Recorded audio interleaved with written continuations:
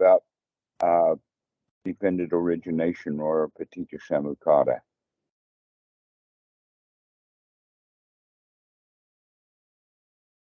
And Daniel, I'm always happy to talk about this, especially because so many people have made basic mistakes. And part of the reason why the mistakes are made is because, first off, the language or the translations of the language is wrong, and the language itself is somewhat stilted. But it's because of the way that people understood things 2,500 years ago, and we understand things a little more sophisticated now. But that that kind of leads us to the confusion about what the actual teachings of the Buddha were. So let's look at that in the order, starting from the beginning. Is ignorance, and that how we use that term for best understanding is to understand that we started out as a child in great ignorance. Every child is completely stupid. Not one baby under the age of 1 month could possibly score anything on an IQ test. Their IQ would be 0, right? We all start out that way.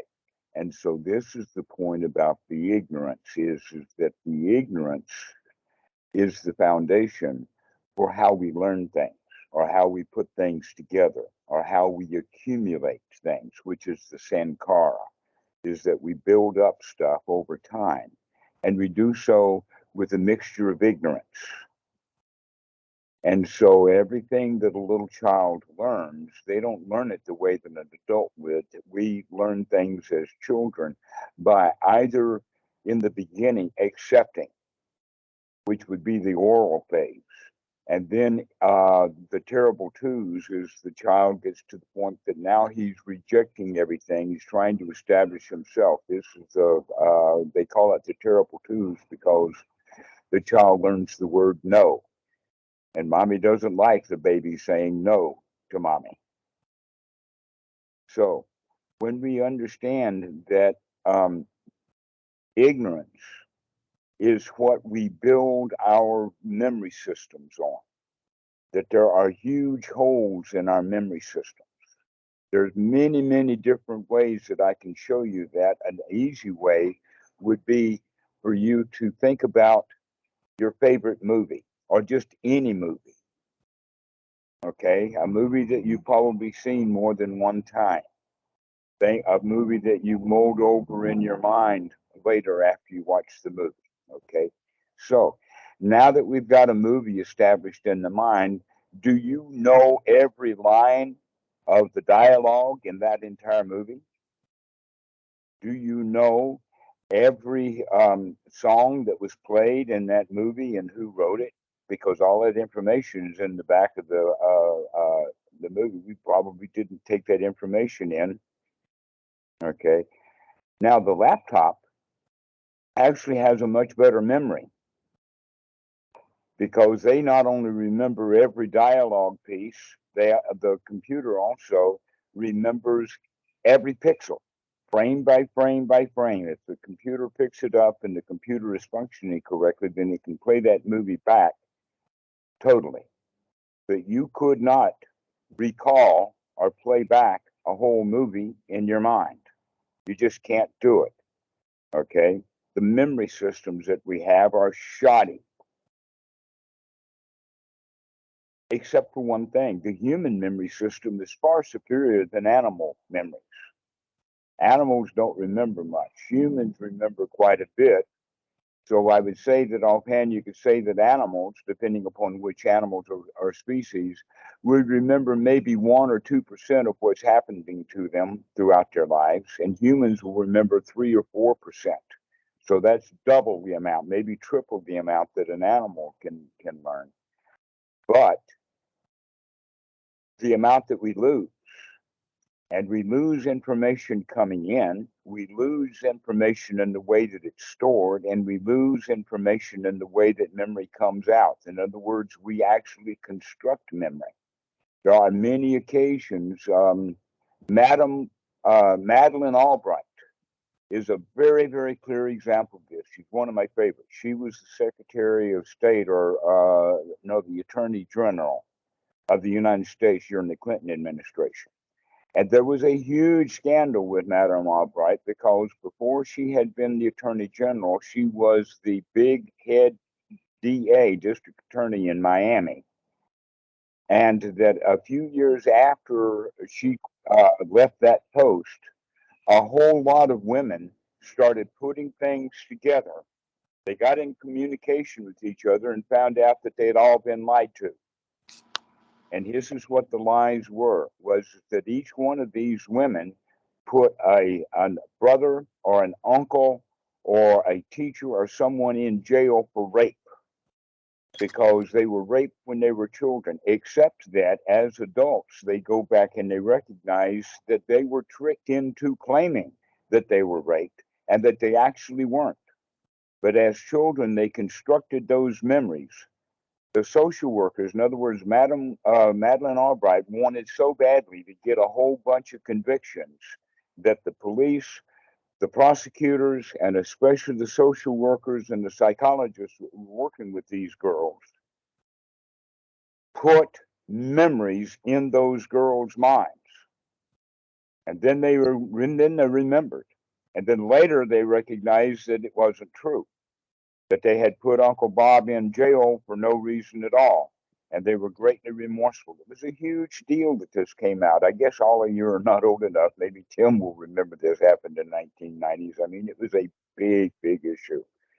About a dozen girls or more accused a family member of rape. And they were prosecuted and jailed. And the rapes didn't happen except in the minds of the girls. And those rapes got into the minds of the girls because they were convinced. Now that is what we're talking about is ignorance. That we remember things that don't happen. We sometimes can't tell the difference between a dream and a reality. Another one is that you have a great, big, beautiful thought that's in the middle of people, and they're talking and you're talking and you share this big thought, and then later you find out from one of them, you didn't tell us that. You thought about it, you intended to tell us, but you didn't tell us, but you remembered telling us. Okay, this is what memory is really all about. It's pretty shoddy. The Sankhāra is a bunch of old past stuff that's of not much value. And it's the Sankhāra, then the ignorance leads to the Sankhāra buildup. And that is, let us say, going to sit there for a minute. And now let's go to consciousness. Consciousness actually is, in ways, a kind of a Sankhāra also, in the sense that the eyes are part of the body. And the body is made up of compounded things. And so it's almost kind of a play on words in the Pali that the body, and in fact, it talks about it in Sutta number 9 that Robert and I are going to do someday, where the Sankhāra is listed as 3 kinds of Sankhāra. One is the bodily Sankhāra, which will give rise to our senses. And then there is verbal Sankhāra, which is actually all of the stuff that we were told and remember, all of the rules, all of the ways that things should be done. Do your homework, clean your room, doing all the things you were told to do. And then the third is the Chitta Sankhāra, which is actually the emotional memory, or our hearts. And all of these have compounded things or stuff that's added to. So when that natural eye then sees a natural event with the eye, that would be an eye consciousness. Now, to be honest with you, the word consciousness in English has 2 different definitions. And so right now I'm just introducing it with just one definition. And the one definition is sensory input is a kind of consciousness. We are conscious of, for instance, when the siren howls, you can hear it and you become conscious of it. You can actually be conscious of the chair that you're sitting in because you can feel the chair on your hips, on your legs, on your back. You can actually experience that chair. You can be conscious that the chair is there. And if the chair was ripped out from under you, all of a sudden, you would be conscious of that too. Before you hit the ground, you would be conscious that the chair had been moved. So this is the sensory input. Now, what we do with that sensory input is try to understand it. And the understanding then, the process of understanding is what is called perception. In the Pali, is referred to both as perception in the sense of sanya, but in the paticcasamuppāda, it's used and referenced as Nāmarūpa. Nāmarūpa means that the rupa is there, the reality of what we saw. The chair that we're sitting on, or the sight that we saw with the eyes, is a rupa, it's a physical object, it's real. The sound that comes to the ear. Now, the voice may be telling a lie, but the sound of that lie is real.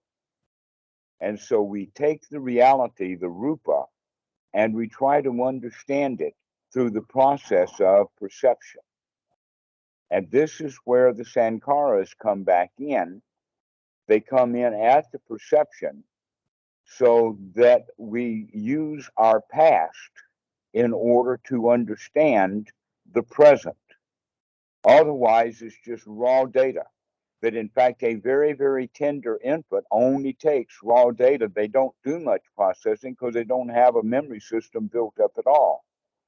But over time, over a short period of time, in fact, the child will learn how to maneuver his hands. A very, very tender infant of less than 2 days, 3 days old cannot even manipulate their hands. They can see a mobile above their eyes, and they will swing their hands around to try to play with the mobile. And they keep doing that, and pretty soon they'll start making the connections of how to actually grab it. And so this is something that we do as a tender infant with a mobile right in front of us. And then later, as an adult, we do that same thing when a new mobile or a new piece of information is presented to us. We try to grab a hold of it. We try to make sense out of it. We try to perceive it or to understand it. And by understanding it, that means that we have to place it in context. And the context is our memory system, which we have already defined as shoddy. And so when we actually understand something or bring it about that we've got it, then there is a new kind of consciousness. And the Pali for that one is the Salāyatana. Now, the Atana are the sense organs, and the Salāyatana are the internal sense organs.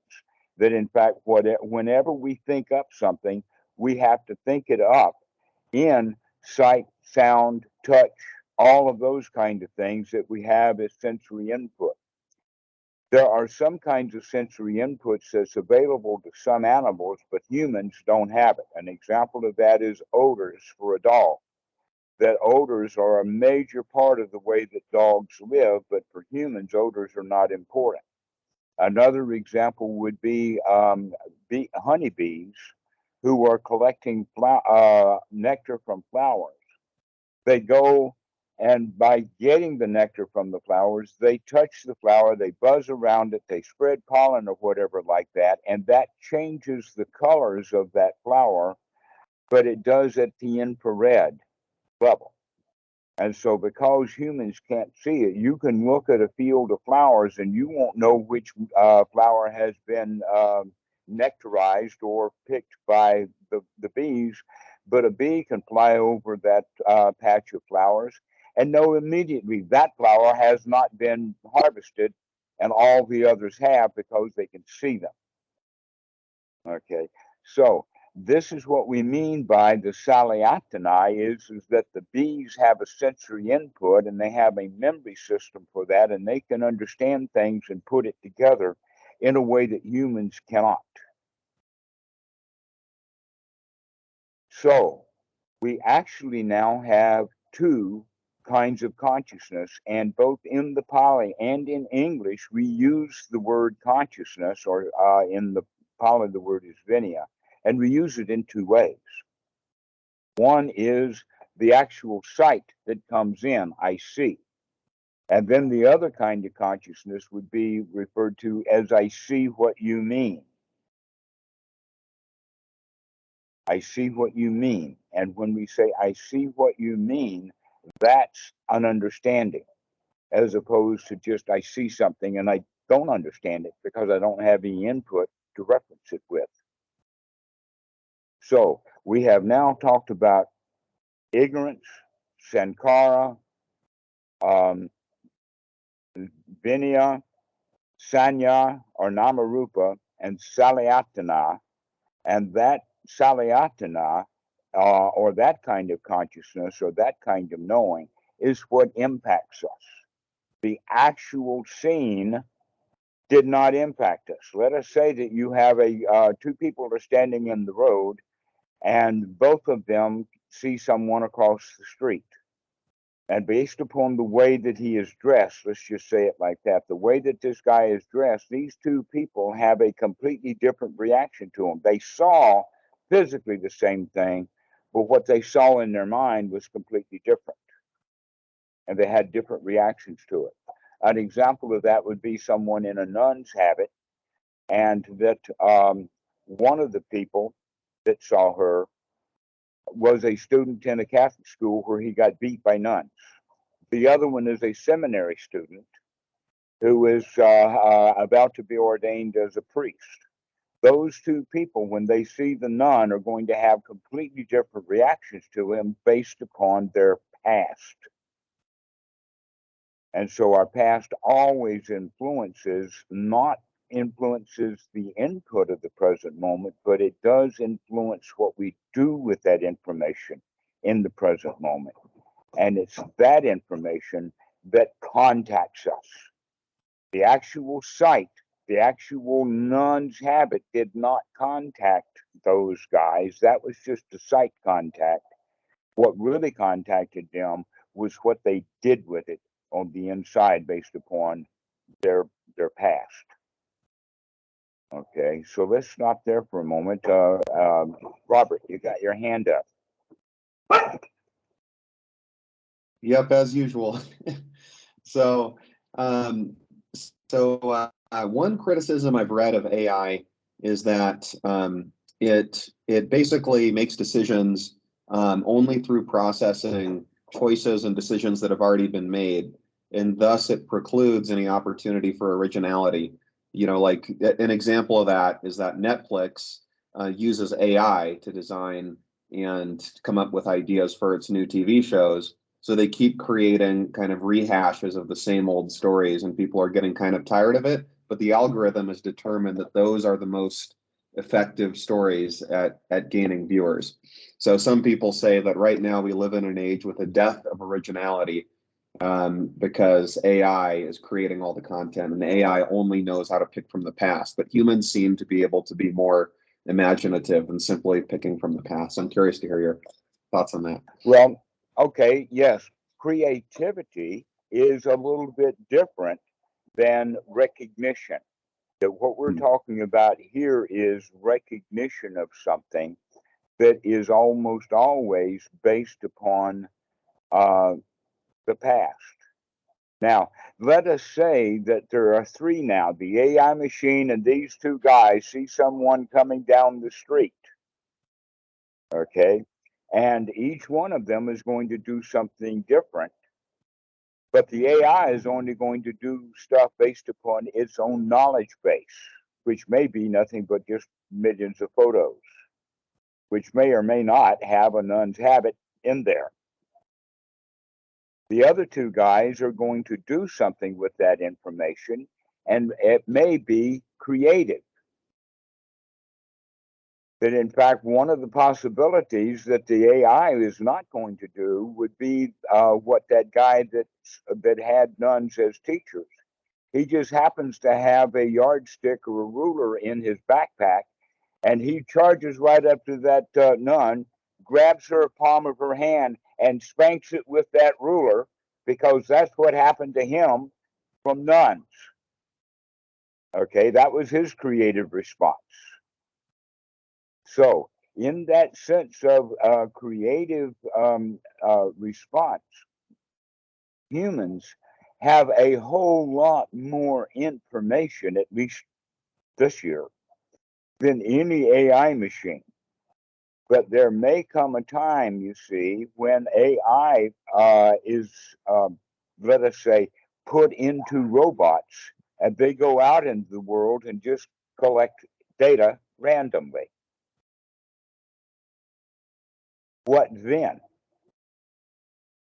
Will the AI machine take a ruler and spank a nun's hand? Probably not, because he was not in her class getting his hand spanked. So the point is that we cannot yet compare human creativity with AI creativity, because AI is still in its infancy, and we don't know what's going to happen in the future. I did have a long conversation with Eno on this, because it was part of the coursework that he was doing to get his degree in philosophy,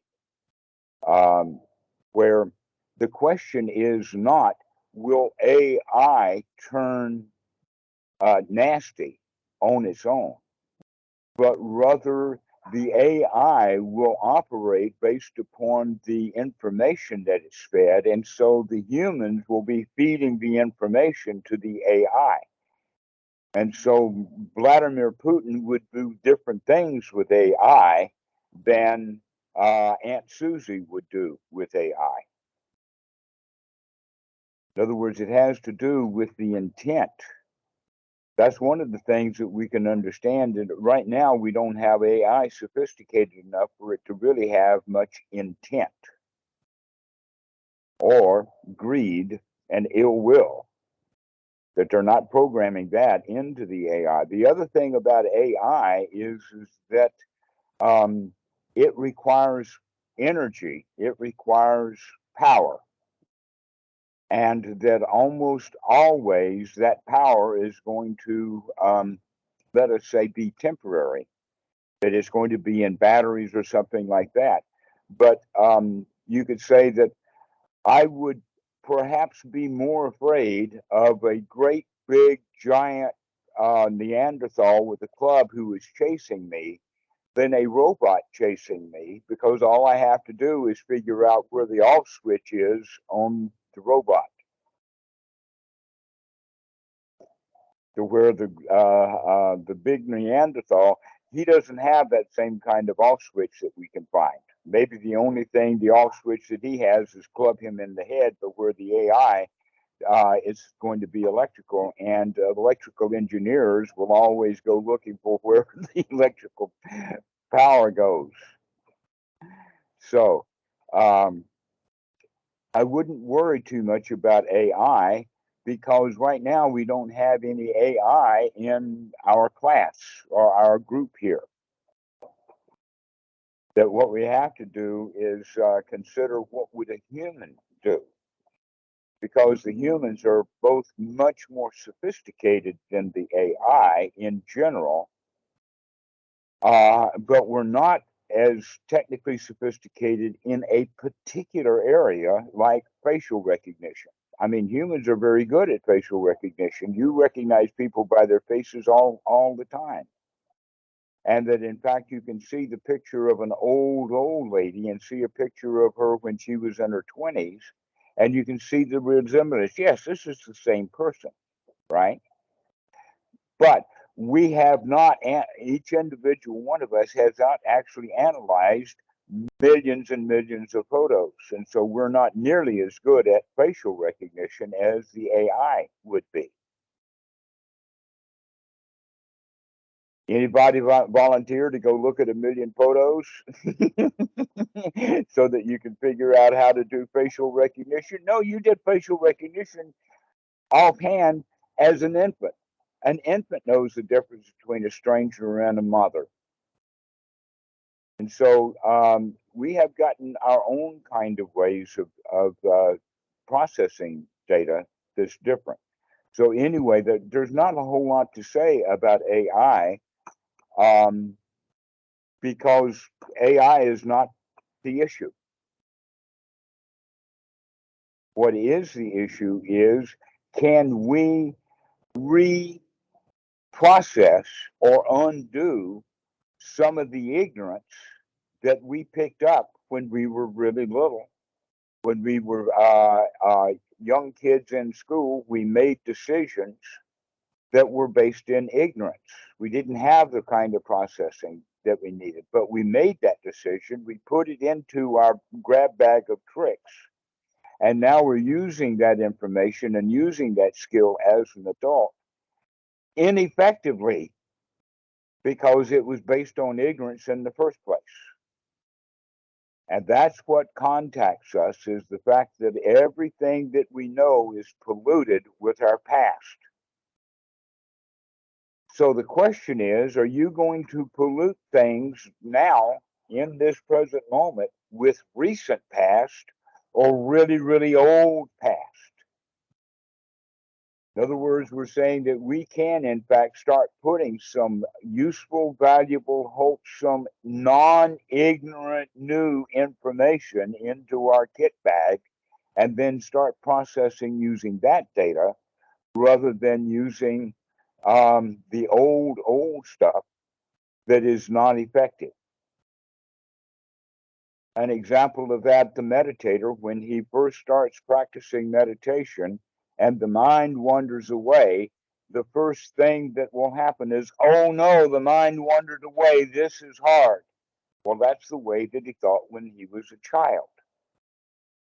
Many students will continue to do that when the mind wanders away from their object of meditation. Oh, this is hard. Oh, I can't do it. Oh, I don't know what the problem is, over and over and over again, because they're still using that old data, even though it's been proven to them that they can change their mind.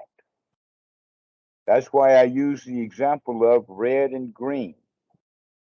Everybody think about the color red for a moment. Get it in your mind, understand you know what red is. And now think of green. Understand what green is. And the point about this little exercise is to recognize that you can change your mind from red to green. That we need to practice to know that over and over again, that you can change. That we don't have to get stuck with this old AI or this old programming, rather, and that we can add some new, wholesome data. And then when we process something, we process it with some new data. So the whole point then is to understand that it's this processed data that contacts us. And that if we start having new memories of wholesome success, then that will pile on to the old failures from the past and outweigh them or cover them over, so that in later times when we process data, we'll be processing it based upon better data from better process recently and come up with a better solution. So basically what that means is that in the old days when X would happen, I would always feel Y. But now when X happens, I don't have to feel Y, I can feel Z. And I have to make that effort to change the Y to a Z. And when X happens again, now it's going to be easier to do Z rather than the old way of doing Y. And I keep practicing doing Z over and over again. So the next time when X happens, Z will pop up rather than the Y. And so this is how we practice. We want to practice over and over and over again to develop the skill of doing things in the moment rather than lazily just assuming it's like it was in the past, like when we were in diapers, and start processing data in the present moment. So this is the way that we can understand this early part of paticcasamuppāda. Another way of understanding it, which is an important point, is to understand that so far in this sequence of paticcasamuppāda, we've been talking about actually the 5 aggregates. What are the 5 aggregates? The body, which we've mentioned. We've also mentioned, not quite yet, but we're about to start talking about feelings. And then we've already talked about consciousness and perception and the memory system or the Sankhāra. Now, the body is not who I am. The body has changed over time. That in fact, there was a time when the leg was broken. But it wasn't me that was broken, it was just the leg that was broken. And one of the things that we do in our society is we ignorantly assume that I am the body. That if I can make the body more beautiful, then I am more beautiful. This gives rise to the cosmetic industry. People thinking that I am not good enough, so let me paint the body, make the body beautiful, and then I will be beautiful, because they attach to the body. We also attach to our knowledge. We attach to our consciousness. We attach to our feelings. In fact, we attach mostly to our feelings in the sense of the language we use, like I am frustrated, I am sad, I am angry, I'm happy today. In the sense that the feeling, whatever it is, I become that. And what we are actually beginning now to practice is to see through direct observation that I am not the body. I can't control it. It's going to grow old. It doesn't grow young because I want it to. It does not get thin and then fat when I want it to. You can't change the age of the body. You can't want to be 70 and then the body's 70 years old. We do not have that kind of control over the body. It does not actually belong to this thing called me. That at best, I'm a guest in this house. And I'm not it. I do not own it. Well, if I am not the feelings, and I am not the body, and I am not my memory systems, I'm not who I was in the past, I am not this process that we're calling perception, and I am not that sensory input. In other words, I'm not any of these 5 Sankhāra aggregates. Then where does the self come from? The answer is that it comes out of ignorance later. So there's another kind of ignorance that happens, and that's the ignorance of this present moment that's based upon the ignorance of the past. So one of the things that we pop into this Salāyatana, one of the things that we process into it with our perception is more ignorance. In other words, we got it wrong when we put it in, we've got it wrong when it comes out. And now we're contacted by and have feelings about how we got it wrong. And so when our feelings are now ignorant, this is where the real teaching of the second noble truth pops into place. And that is that it is ignorance or delusion that takes the greed and the ill will, or the liking and not liking, and turns it, the liking, into wanting, grasping, and clinging due to ignorance. And the not liking changes into hatred,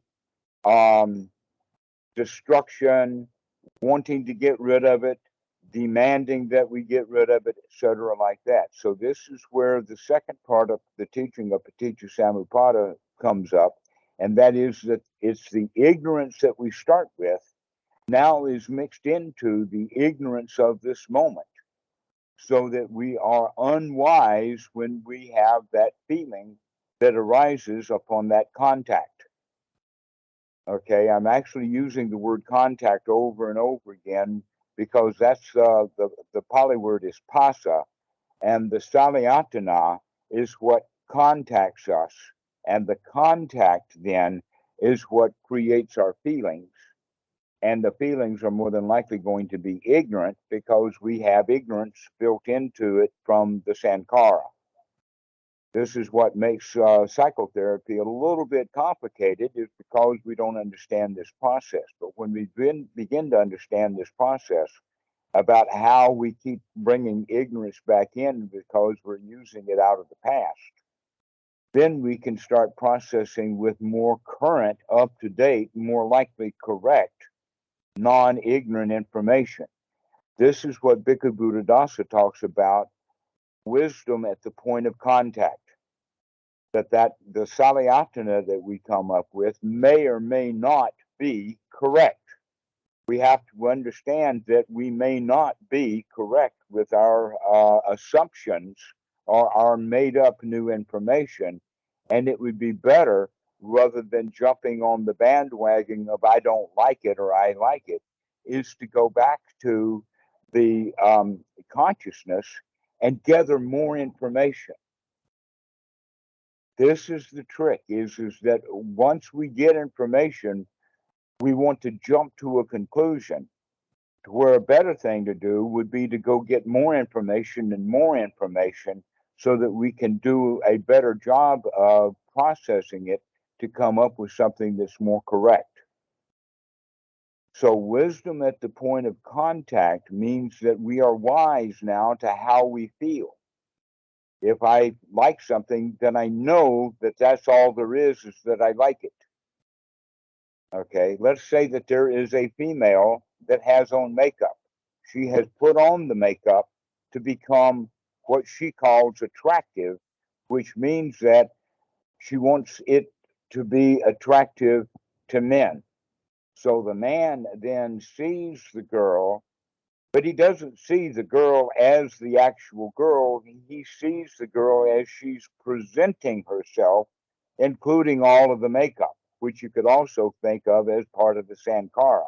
In other words, you can see by the makeup that she is making the statement, I am the body, but we don't make that connection often. We just say, ah, beautiful girl, I want it, I want it, I want it, I got to have it. Oh, let me have her phone number. Oh, let me get in contact with her. Oh, I got to go see her. Okay. Why is that? Is because that's the old way that we processed. I like it, therefore I want it. But if we do this wisely, then when we like something, then we can know, oh, I like it, but that's enough. But in fact, there's a really beautiful story about Ajahn Chah and Ajahn Sumedho. They were at a festival where all of the young women were dressed up. All the Thai girls were in their best costumes, not necessarily sexual, just well done. And Ajahn Chah asked Sumedho, well, what do you think? And Ajahn Sumedho, having been to Wat Suan Mok and understood the teaching, he knew that this was a trick question, and his answer was brilliant. He says, I like it, but I don't want it. Now that's wisdom at the point of contact. I like it, but I don't want it. Because if I want it, now I'm going to be in danger. It would be uncool for Sumedho to get off of the monk's dais or wherever he was sitting at that time and go start chatting up the girls. And so he recognizes that that's a little bit dangerous. I don't really want to go chat up the girls. It's just better that I just see it and like it. Yes, Robert. I'm just curious, does that happen very often in Thailand, where the monks will go and talk to the ladies? Absolutely not. Yeah, I would imagine, yeah. No. that monks don't touch people, not even each other, and monks do not initiate conversations with lay people except in special circumstances, in the sense that, well, the person came to the Wat for the Dhamma talk, and so they initiated it kind of anyway. But the young girls who were coming to the Wat all dolled up, they're not there to initiate a whoop-de-doo with a monk. All right, and so if the monk goes to approach them, that's a problem.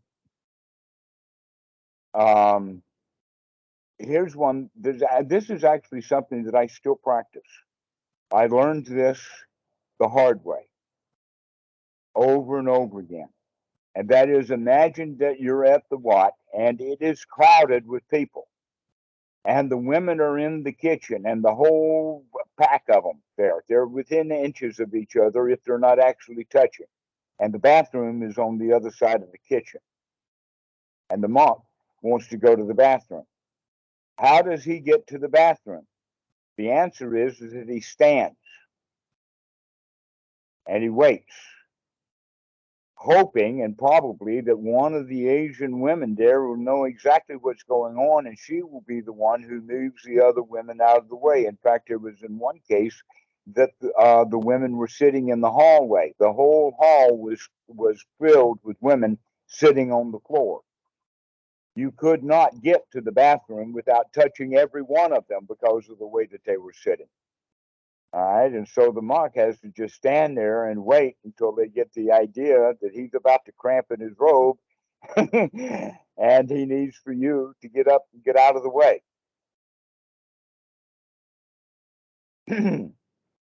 But that's part of the training. That in the beginning, the young monk would think so badly he had to get to the bathroom, that getting to the bathroom was the important thing, and it didn't matter how many people he touched or went by. But as he practices and comes to understand the rules, we'll just let the lay people move out of the way for us. Now, fast forward to present time, I still do that. Even for the dogs, if the dog is standing in the way, I'll wait. Or if a human is standing in the way, if daughter is standing in the doorway, I'll just stand there waiting for her to move. It's actually a good practice, rather than, oh, I want this, I'm going to go there, and I'll go do whatever I need to do, step on whoever I need to step on, brush by the people, whoever they are, because I got to get to the toilet, right? So we begin to change that mentality is that I'm only going to go to the toilet when it is a free passage to get there. And so we don't move things around. So that's the answer to your question at a fairly detailed level, that no, monks do not initiate. They don't initiate. They just hang back. It's actually quite a lot of freedom to do it that way. You'd be surprised at what power. I mean, any of you guys, if you walked into that similar situation, you couldn't get 50 women to move for you. You would have to go wind your way through them. But a monk, he comes and stands, and 50 people are going to start moving out of the way to give him passage. Now that's power.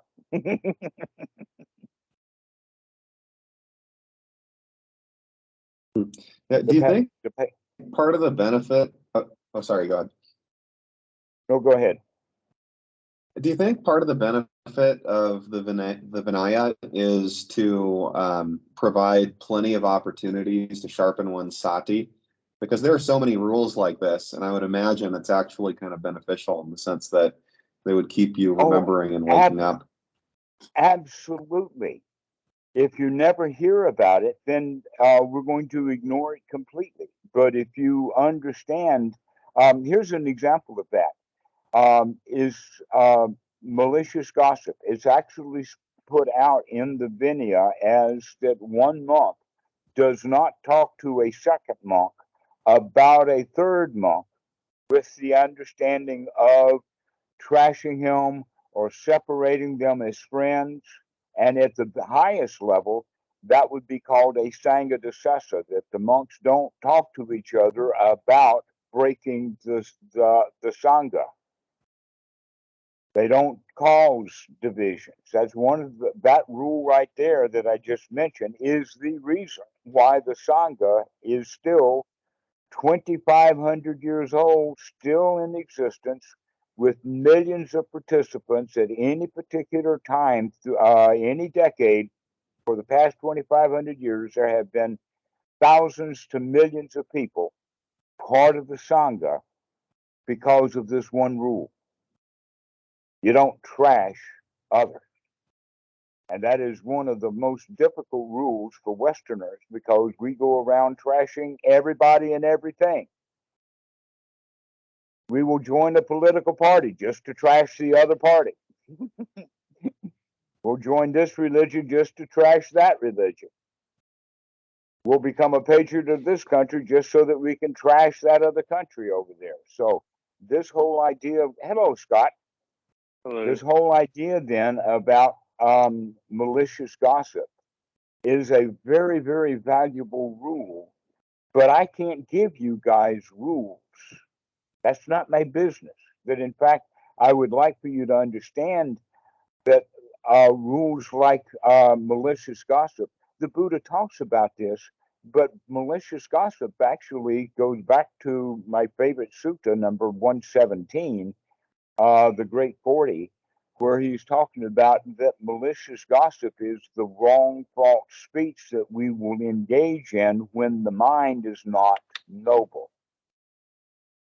So if you want to trash somebody or put them down or anything like that, either in emails, or in talking, or in questions, or even in your mind when you're saying, oh, that dude wrote a book and now he's in the red light district, he must be a terrible human being. You know, that's the kind of language that we would have. And then we wake up to that and recognizing, oh, that's only pollution in my own mind. I don't really know the situation. All I know is the hearsay that I have picked up. Why did I even bother to pick up that hearsay? And worse still, why am I repeating it? Let's stay with the facts. Let's stay with reality. And the reality is that we don't know what happened. Let's leave it that way, rather than inventing something or making something up, which is what we're prone to do. We make up stuff all the time and think it's true, especially if we're told that it's true by somebody else who also made it up in their mind. So when you got a whole bunch of people that make up the same story, they're more than likely all going to believe it.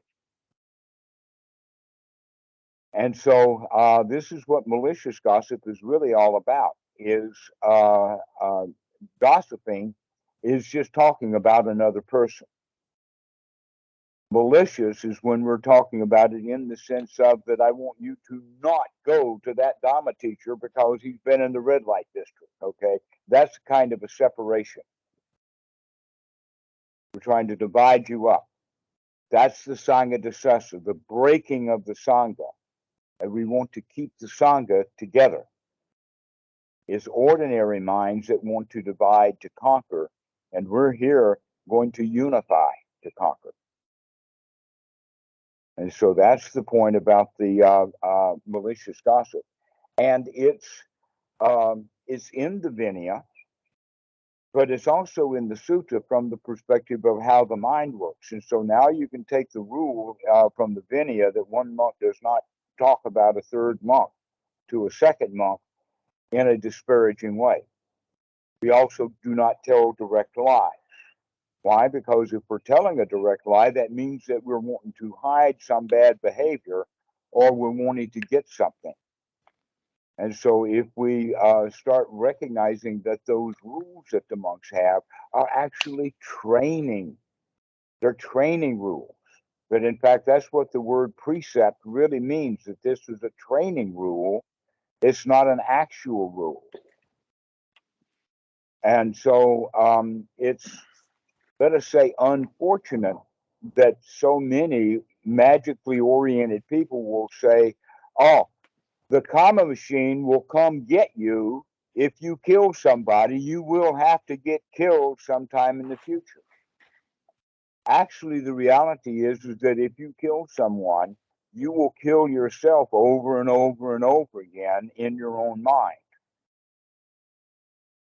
because of the bad state that we were in when we harmed someone.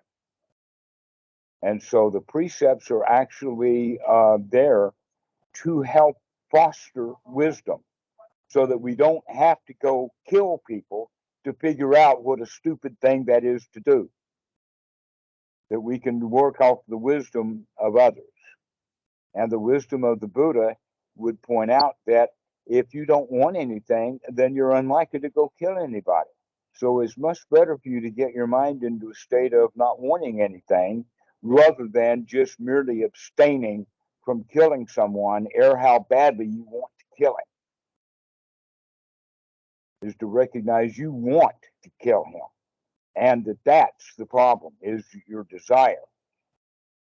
Your desire is based upon ignorance. And so this is the teaching of the paticcasamuppāda, is to recognize, and we can use these rules as training rules or training exercises. So, Robert, you still got your hand up. Yeah, as you were mentioning, the clinging to an identification with various traditions and religions, it made me think that the reason people do cling to traditions, religions, etc., is such that they can craft an identity more often than not, rather than actually investigating the ideals of whatever organization or religion it is they belong to. And so could you say then that the identification or the desire to identify with groups is kind of an error of personality view? That's really what it resides in. Like, where do you think that comes from? Yes, that's exactly right. That when we have the personality view, that I have a personality, that I'm let us say, not everlasting, but not very temporary. That it, in fact, persistent, let's say, over a lifetime, that I'm the same person over many years, is the delusion that we have. And that gives rise to the personality view, that the main teachings of the Buddha, a lot of people misunderstand what that personality view is all about. The real teachings of that personality view, which is, by the way, the first fetter, is to understand that you can change, that you are not fixed. You are not a particular personality. The Johnny Depp that made the first movie is not the Johnny Depp that's in court recently. And we make a major mistake when we think that it's the same guy. But we make that same mistake with ourselves. That think not only things can change, they do change. And if we understand that things are changing, now we have the option of guiding that change. And that's when we begin to change our personality, is because we can change it, and we recognize that we can change the personality, that I'm not what I was yesterday. Yesterday, I was the one who wanted to have those 4 hard drives backed up. Today, I'm the guy who is pleased that those 4 hard drives are backed up. Not the same dude. Right? If we can understand that we are changing constantly, then that personality view kind of falls apart in a way that if I kill someone and then later I'm going to be punished, the person who is getting punished is not the person who actually committed the crime. And yet our government requires that. It requires that, oh, we got to punish the guy who did that, where in fact the guy who did it out of anger, and now he's all remorseful, and you think that it's the same guy. It's not the same. We keep changing, that everything is constantly in flux, everything is changing based upon things that contact us. and the way that they contact us. And so sometimes we like it, sometimes we don't. Or as you've heard me say, sometimes you feel like a nut, sometimes you don't. We're just constantly in a process of change. If we wake up to that, then we can guide that change. And so this is the real teaching of paticcasamuppāda, is just because I like it doesn't mean that I have to have it. Let's have some wisdom at that point and recognize that, oh, that's going to be dangerous to have that one. Let me just appreciate it. Let me just like it without having to have it. Or I can endure this. I don't have to get rid of it. That, yeah, I can have a little bursitis in the elbow, or let's say some back pain. I don't have to go get surgery for it. I don't have to get rid of it. I don't have to go take pain pills. I can, in fact, handle pain. I know how to do it. I learned it to Goenka retreats. And I may not like pain, but I know that I can handle it. And so that's that wisdom at the point of contact, so that when I don't like that pain, that doesn't mean that I have to go do something about it. One of the things that I could do, and in fact, is enjoy how intense it is. And really investigate and experience it, knowing that I don't like it. But normally when we don't like something, we try to push it away. We don't want to know it.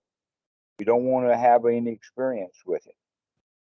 But when we are practicing well, practicing correctly, then even though we don't like something, doesn't mean that we have to get rid of it. We can investigate it instead.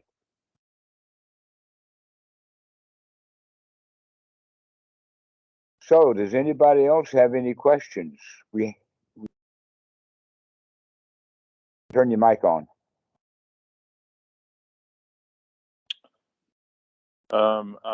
I just thought of so the thing you just said about pain, wouldn't that be a hindrance to like be experiencing pain? Or like how would you be able to experience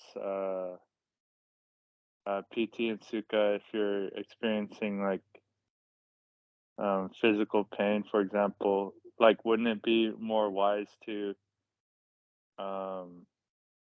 try to I don't know, adjust yourself or something if you're experiencing that pain?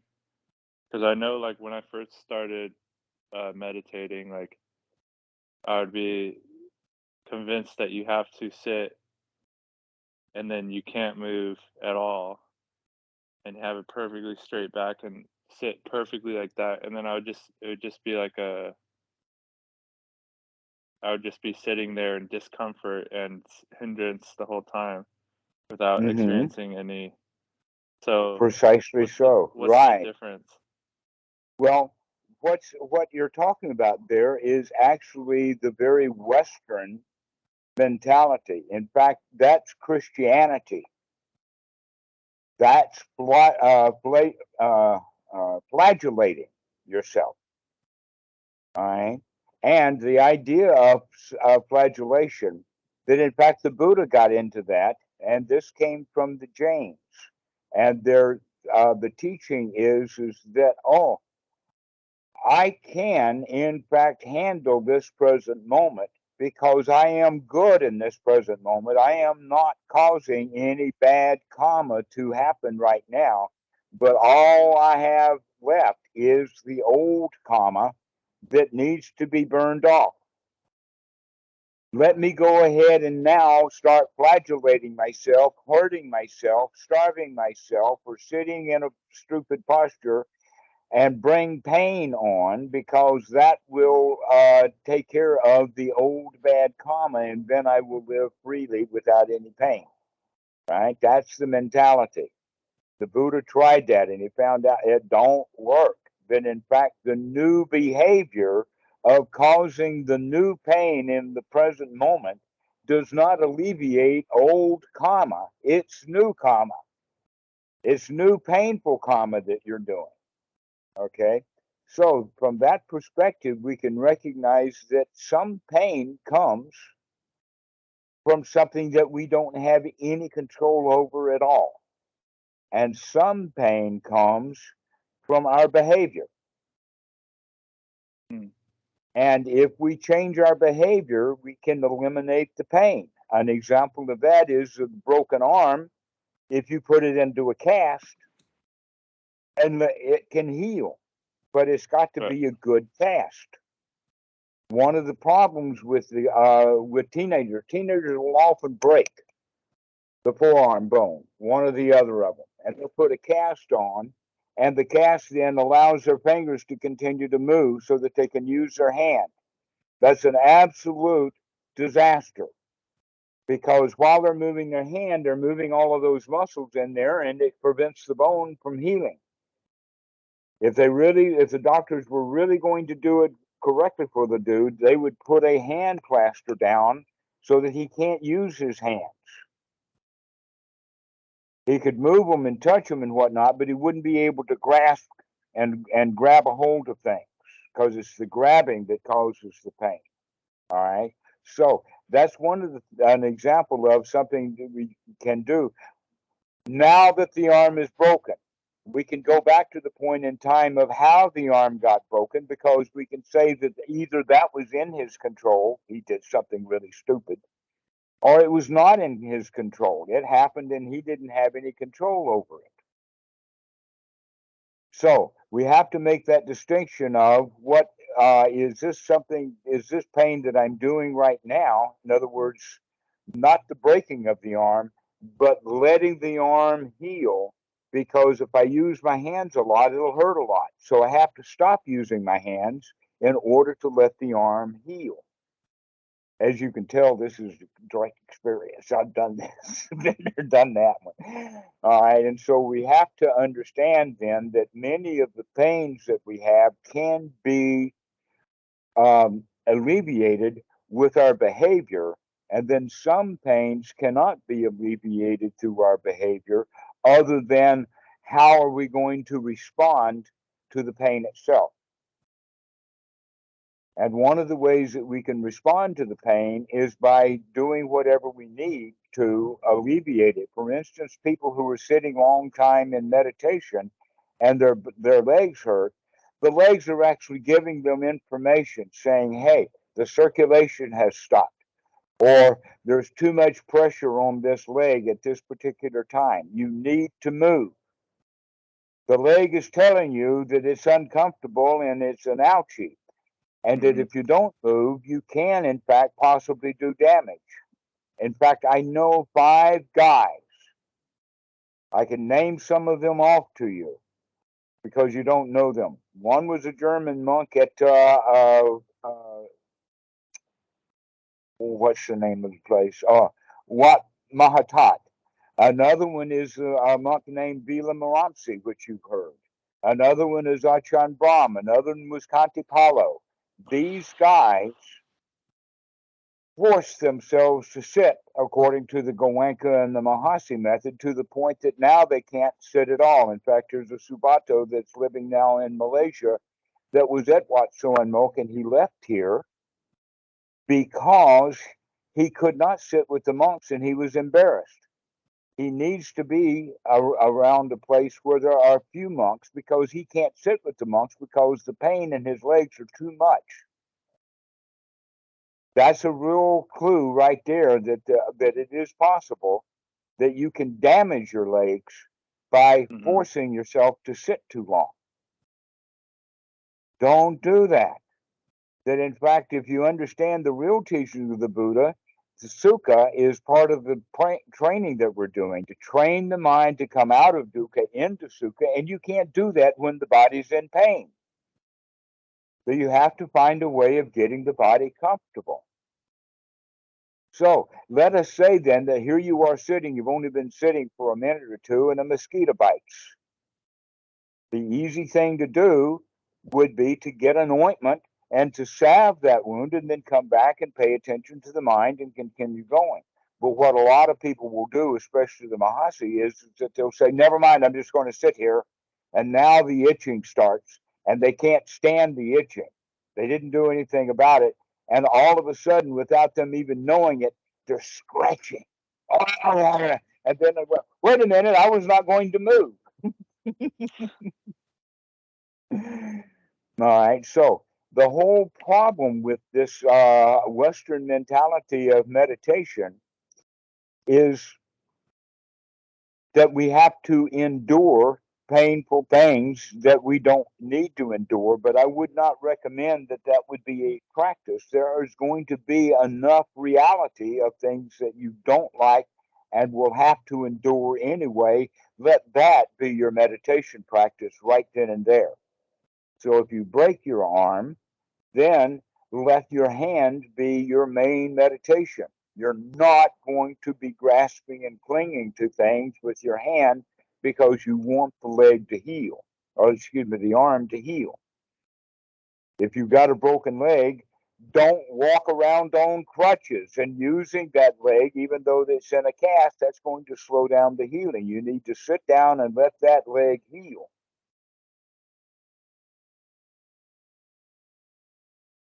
And so this is how we can tell the difference then is that much of the pain that we have is not self-inflicted, but there's going to be pains.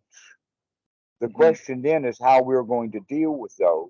And it's the same way that we're going to deal with not giving ourselves pain unnecessarily. Right. Okay, I would strongly recommend you sit in comfort rather than sitting in pain for a long time. Robert, Robert has a go question. ahead.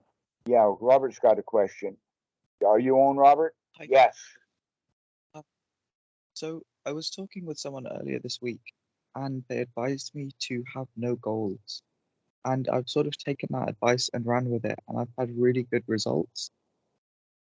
But I've noticed that I've started to notice that a lot of goals and desires and cravings really interfere with my interpersonal relationships.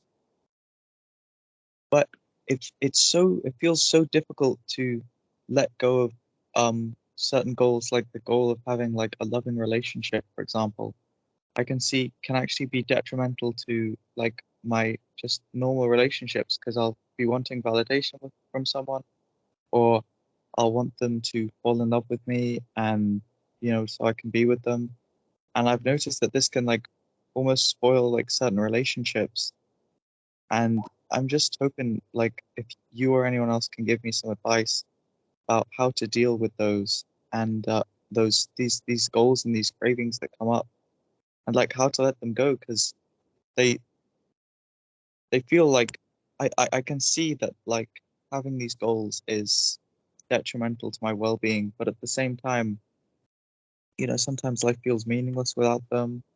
But it's just so difficult to let go of these things as Okay. damaging as that. All right. So here's what I would have about the goals, and that is have goals that you can meet. Have little goals that are easy to meet, rather than having great big goals that are hard to meet. All right. So a big goal that would be hard to meet is to go make friends with 10,000 people so that they'll vote for you and you can become the city dog catcher. That would be a great big goal. A little goal would be just to go over to the neighbor's house and say hello. All right. So the little goals are what we're looking at. That I'm not saying become completely goal free. No, there's going to be goals, but the bigger the goal, then the more likely you're going to be failing at it, and the more likely you're going to be struggling and trying to meet that goal. But if you make your goals small and easy, then you go around feeling like a champion all the time because you keep meeting your goals all the time. All right. And so, in the sense of the relationship now that you were talking about, is instead of having it as a goal to have a good relationship in a long term situation, It's better to say, right now, my goal is to smile. And then we can smile. And that's all the goal that we need. Because if you have the very, very small goals, then the relationship will work itself out anyway. Now, back to the issue of the pain that we were talking about before. Sometimes the pain, we have no choice about it. Sometimes the pains will just come. For old people, bursitis will happen. All kinds of things. I'll give you an inventory someday. But some pains are self-inflicted. In fact, most of the pains are self-inflicted. If we start watching how we self-inflict our pain, let us say that the accident did happen and it was painful, but how we deal with that pain can either be even more pain or it can be less pain because that's our choice. Now let's take this perspective to relationships, that you do have control over how you feel. You do have control over how you present the relationship, but you don't have so much control over how other people are going to act. You don't have much control over other people, primarily because they don't have any control over themselves anyway. I like the phrase, won't you be mine? Well, how can she give herself to me if she doesn't even own herself? She's a crowd in there anyway. And sometimes she's up, sometimes she's down. How can I hope that she's going to be mine all the time when she's not even hers all the time? And so that kind of relationship is not the kind that's going to be a difficult relationship, because you're looking for it for the long term without giving people the freedom to be what they already are, which is a bundle of nerves, a cloud. And so to have a really good relationship with someone requires either one of two things, either that she's not a crowd or that you're not a crowd. And so the real goal that you could have is to get your own mind together so that you're not a crowd. And one of the parts about the crowd is sometimes you need her, sometimes you don't. Sometimes you really intentionally need her, and sometimes you want to get rid of her. We're Very back and relatable. forth. Every relationship is like that. Isn't that right, Robert? You know. Oh, yeah. Definitely. All right. And so we wind up. I have a fun little anecdote, a third one about either she's not a crowd or you're not a crowd, is you have someone that pushes you to not be a crowd. So, like my girlfriend, Sandra, you might notice I've been on every single one of the last 3 or 4 Skype calls, because she told me I'm required to go to these weekly Sangha meetings. Oh, so that's kind of fun, but it's a happy requirement. Right. So I think that we pretty well finished this. I want to round it back up for you, Robert, in the sense of, don't make it a big goal to have a big relationship. Make it a little goal of how you're going to handle this moment with him or her. That's all we have to deal with, is just this little present moment. And it's okay to have goals. I mean, if you didn't even have the goal to go to the toilet, you'd be pissing all over yourself. We got to have little goals. that makes sense. Yeah.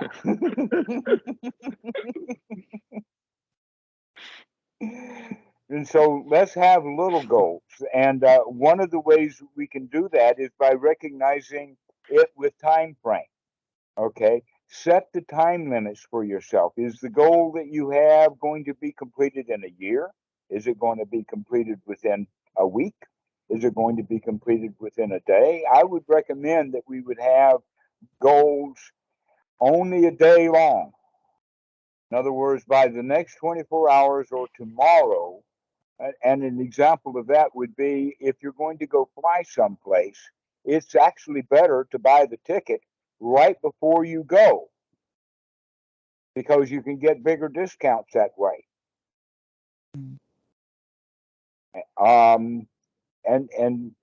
This is many little things like this that we can recognize that, oh, I've got to go to the bank, but since I'm not going to go to the bank today, I don't have to think about going to the bank today.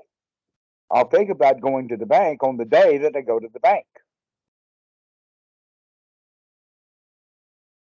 So this is a way to begin to have the goals smaller or shorter in time period. Don't make long plans, make short ones. An example of that is going to university. Don't go so that you can get a degree in 4 years, or don't go so that you can get this course. Go to this book right now and read this piece. This is the only goal that you have, is to read this piece. And rather than long-term goals. That we don't really need long-term goals. We could push those off. In fact, the possibly the very best goal that you can set up is the goal of enjoying this next breath. That's a good goal.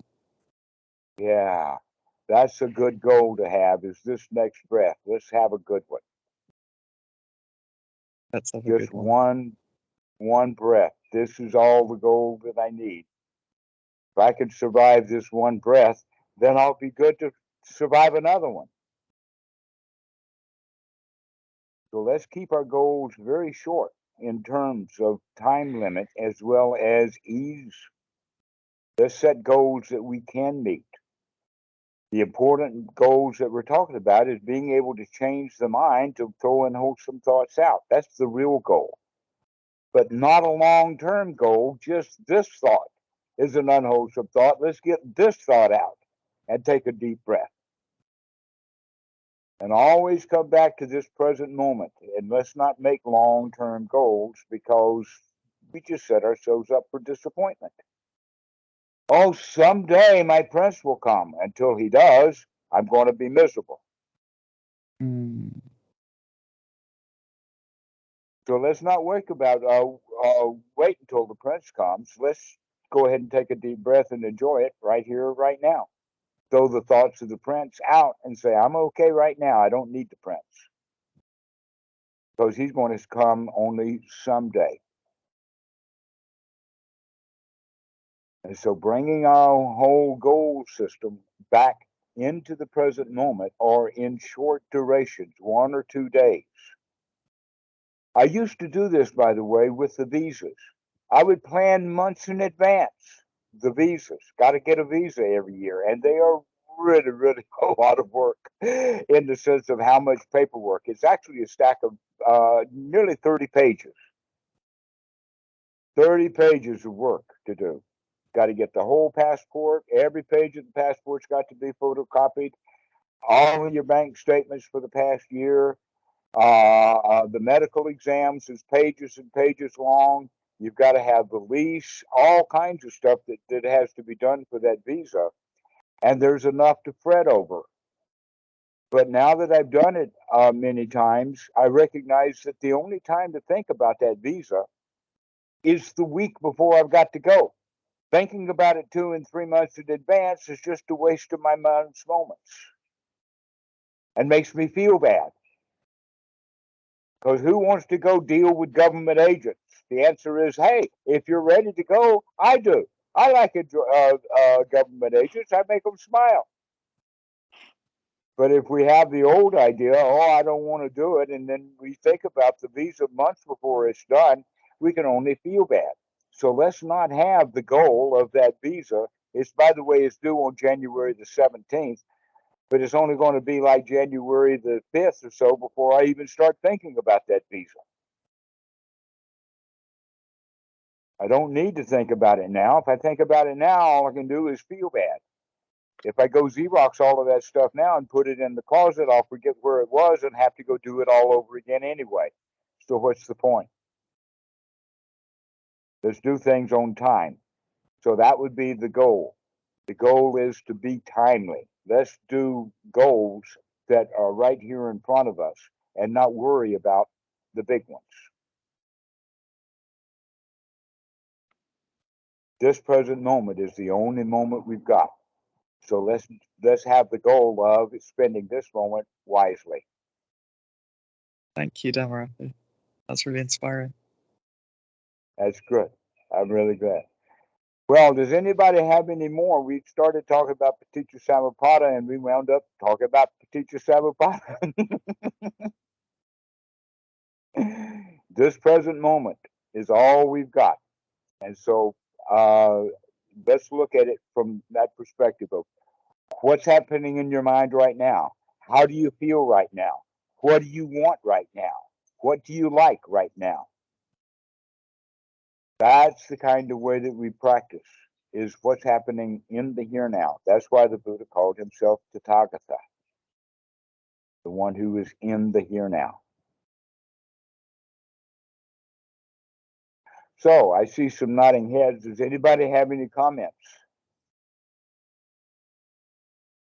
Sounds good to me. Sounds good. Okay, Scott. Great. I'm really glad to see you guys. You make my day. Or you make see you too. my moment. Good catch. Right back at you. All right, guys. Well, let's finish now. Anybody got any last comments or any words? It was good to see you guys. See you next time.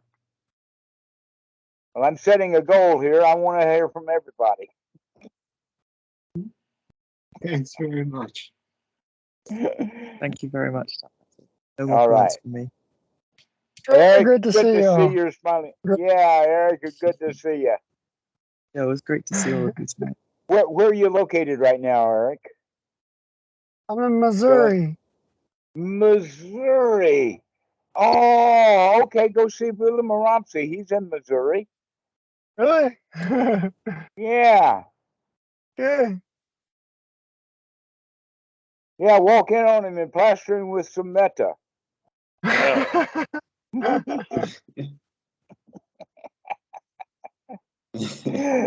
That's just an idea. That's not a goal. All right, guys. We will see you. Thank you so much. Bye bye. Take care, everyone. Cheers. Yes. Happy Bye Friday. bye. See you.